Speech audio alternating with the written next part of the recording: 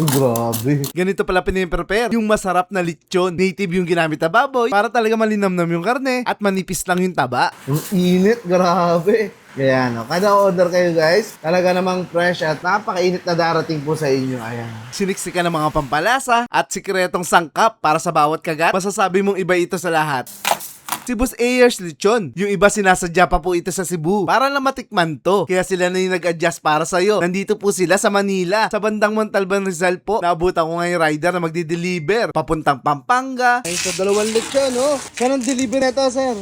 Pampanga pa? Si kuya namang isang Makati, isang Laguna. Alam niyo po ba? Sikat ito sa mga artista, mayor, mga senador at iba pa. Yan po ang mga umu-order sa kanila. Authentic na Cebu Lechon. Napakasarap kahit walang sarsa. Malaking-malaki ang pinagkaiba sa mga nakasanayan nyo na. Yung mismong lechonero nga nila mula pa sa Cebu. Alam na alam kung paano palulutongin to. Dahil ang Ayers Lechon, 15 years na sa larangan to. Nakatanggap na nga sila ng maraming award. Kaya pag natikman mo, masasabi mong best lechon talaga to. At alam mong safe na safe. Dahil ang kalinisan, number 1 priority nila dito. Tinek ko nga yung facilities nila eh. Maliwalas at mabango. May mga modernong kagamitan at electric stunner ang ginagamit dyan. Gaya sa ibang bansa. Para yung mga baboy, hindi stress bago katayin po ito. At syempre, accredited ng National Meat Inspection Service. Kaya maraming titiwala dito. High-tech na nga yung pantanggal nila ng balahibo eh. Gamit na yung malaking machine. Hindi na mano-mano. Para mabilis yung proseso. Tapos huhugasan ng todo. Pagkatapos yan, ililipat naman ng kwarto kung saan maraming herbs and spices. At iba pang sangkap ang ilalagay sa loob niyan. Sabay papaliguan ng sauce pang marinate. Para balat pa lang, champion talaga. At saka isasalang na master na nila yung prosesong ito. Kaya asahan mo na hindi hilaw. Dahil lutong-luto ang loob nito. At dahil native, malinamnam at malambot ang karne nito, manipis ang taba, sa sobrang sarap naka-4 na kanin ako.